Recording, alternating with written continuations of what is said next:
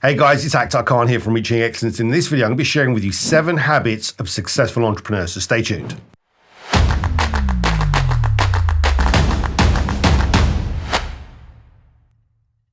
Okay, so let's dive into this.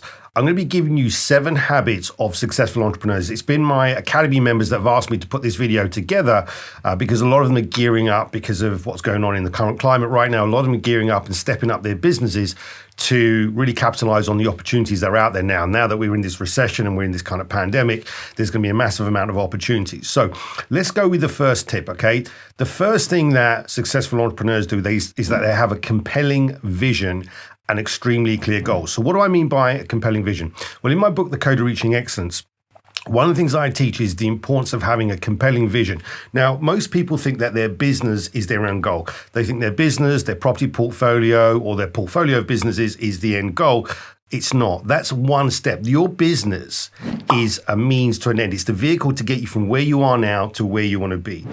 Your compelling vision, your end goal is really to live life on your terms. This is about designing and engineering your life so that your business gives you the resources you need so you can have the time, the money, the freedom to live life on your terms. So what does a compelling vision look like? Well, a compelling vision has to be aligned with your core values, the things that are important to you. So maybe it's your family, maybe it's your relationships, maybe it's your significant other, other family members. Perhaps it's the kind of experiences that you want to have. Maybe you want to travel, maybe you want to go around the world. Maybe you want to sail a yacht around the Mediterranean. Maybe you want to give back. Perhaps you want to do some charitable work or build a well in a third world country or something along those lines. So your compelling vision has to be something that compels you. And what's going to make it compelling is you doing the things that are really close to your heart, which is why it's important that it has to be aligned to your values. Quite often when I coach people often come to me with what they think is a vision board. They have a vision board with all these nice things on it, but actually they're not getting some of those things on that vision board because it's out of alignment with their values. And it's things they think they want to have because everyone else is going for those things, but it's actually not what their heart truly desires. So your compelling vision has to be aligned with your core values. Don't just create a vision board and stick out nice pictures and things on it because they look nice and you think, oh, I might like to do that. Do things that your heart really wants, because what will happen is if you go for a vision that is out of alignment with your core values, you're most likely going to self-sabotage and you won't get there because it's not aligned with who you really are. So it's important that you've got a compelling vision. It has to kind of cover all areas of your life, your relationships, love, money, wealth, experiences.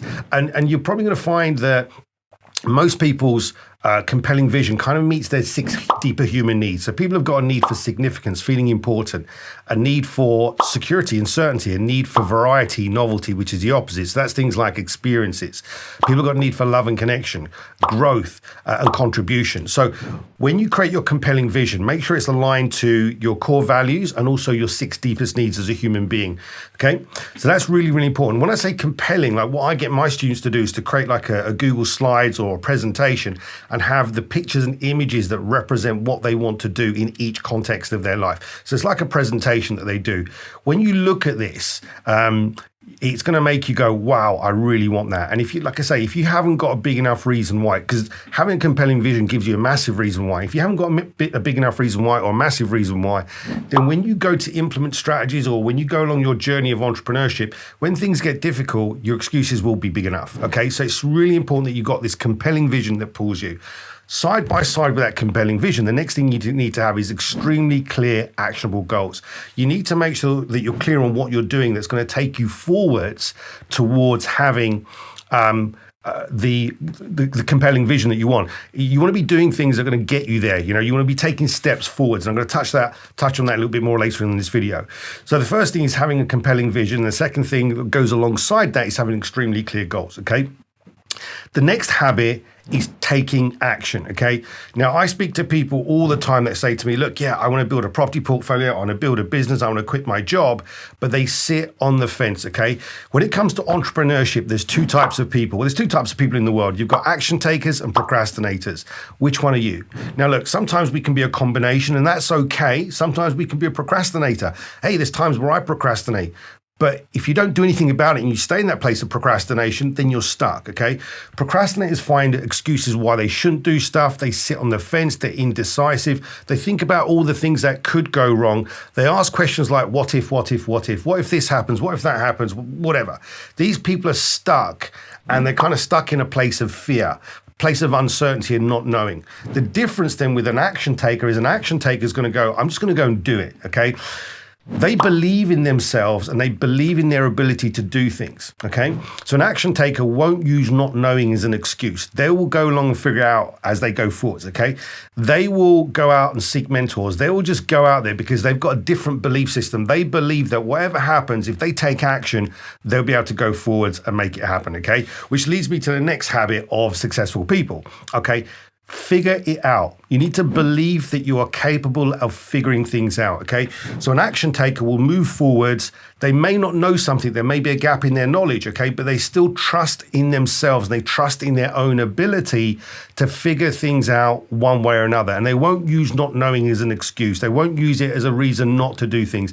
They won't be thinking about all the things that could go wrong or what could happen. What they're thinking about is what can go right, what could work out. They tend to have a much more optimistic perspective on things, and that's how they look at things. They tend to be way more positive, and that positivity breeds kind of like a self-fulfilling prophecy in them. So they go, actually, look, this is going to work out one way or another, and they figure it out, okay? So this is really important. You need to figure it out and just believe that you're capable of figuring it out. The next thing is, another habit of successful people is they learn from successful people who've done it already, people who've gone there, ahead of them. So successful people, and a habit of successful people is finding other successful people or more successful people to learn from, to be a peer, to be mentored by, who can show them how to do it, okay? One of the things I can tell you from my own experience is that trial and error is too costly, okay?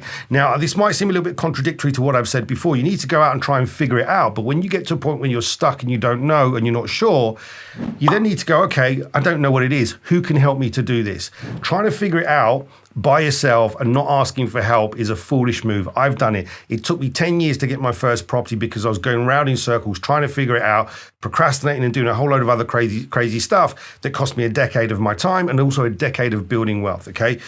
When you get to that point where you're stuck, you don't know what to do, seek out people who are successful, seek out mentors, seek out people who can do it, who've got a track record of who've done the thing that you're trying to do, okay? I do not waste time trying to figure things out myself, okay? Like I get to a point where I go, I can do it. I'll go as far as I can go forwards. When I get to a point where I'm stuck, no point trying to go around in circles and figuring it out. It's like, just go and find the right mentor. And I will throw any amount of money to be, to get the time I need to be with someone who is more experienced, who can show me how to do it, because I can go and learn from them. They can help me cut that learning curve out. They can help me cut out the stress and also avoid me making a costly mistake, okay? So you need to go and find successful people. Now, as of date, I've invested over 400 grand on my education. People say to me, why so much? Well, look, you are the best investment in yourself, okay? If you invest in yourself, you're going to do the work and you're going to get a good return on investment, which I have always done. Every bit of money I've spent when it comes to doing a course, a workshop, a mastermind, or a one-to-one with a mentor has always helped me to level up. So go and find people. You don't necessarily have to get a mentor, but find a peer, find someone who is more experienced than you that's done what it is that you want to do, okay? Here's the next habit, okay? You need to evolve and refine yourself, okay? It's so easy in entrepreneurship to get to a certain point and then hit a plateau, okay? It's so important to get to a certain point in terms of your skill set and not self-reflect. So let me just put this into kind of context here. So I recently had a conversation with one of my mentees who's gone out and done some direct-to-vendor marketing when it comes to doing property deals. They're still cutting their teeth and learning how to conduct those meetings, knowing what to say, what to do, how to do things. But in order for them to improve, they have to get the feedback. So they come back to me, I give them some feedback and some tips on how they can evolve and grow, okay? So we need to evolve, we need to refine ourselves, and we need to welcome feedback from people who are more experienced than us, people who can see the things that we can't see about ourselves, so we can keep evolving and growing, whether that's in the context of you, let's go out saying closing a deal, whether that's in the context of your business, whether it's your personal growth. Successful people always evolve, okay, and refine themselves, okay? And you've got to go through the pain of doing the work, okay? When you go out and do the work, you're doing things for the first time, it can be uncomfortable. It can take you out your comfort zone. It can make you feel a little stupid, a little inadequate. You may be top of your game in your job or your career or your business, or whatever it is you're doing right now. Then you come to do something like being self-employed or running a business or building a property portfolio. You're bottom of the learning curve again. And all of a sudden, you've got to take this kind of climb up the learning curve. Our egos don't always like it. But here's the thing, practice makes progress. And the more progress we make, the more we evolve, the more we refine ourselves, and the more we become skilled at what we need to do to be able to take things to that next level, okay? Here's the next habit, okay? Record your ideas, okay? Sometimes I have like great ideas and I'm like, oh, wow, okay? If I don't record it, I'll forget it. So sometimes I'll send myself a voice note. Sometimes I'll use something like Evernote. I'll jot it down on a notepad at the side of my bed. Just write those things down, because sometimes you have these little moments where you have these clarity of these ideas, but you need to make a note of them, because this is one of the things. Entrepreneurs are creative people. We like problem solving. We have great ideas. We have great solutions to problems. Make sure you record them. Otherwise, you'll forget some of the greatest ideas you have. If you're in the shower and a great idea comes to you, like, just get out the shower, record it, and put it down. Sometimes I get some great solutions to problems in really random places. Write those things down, record them, and go back and reflect on them, okay? And then the final habit, which is probably something I think is so important, okay, is focusing your time on high-value tasks that moves you towards your goals and your compelling vision, okay?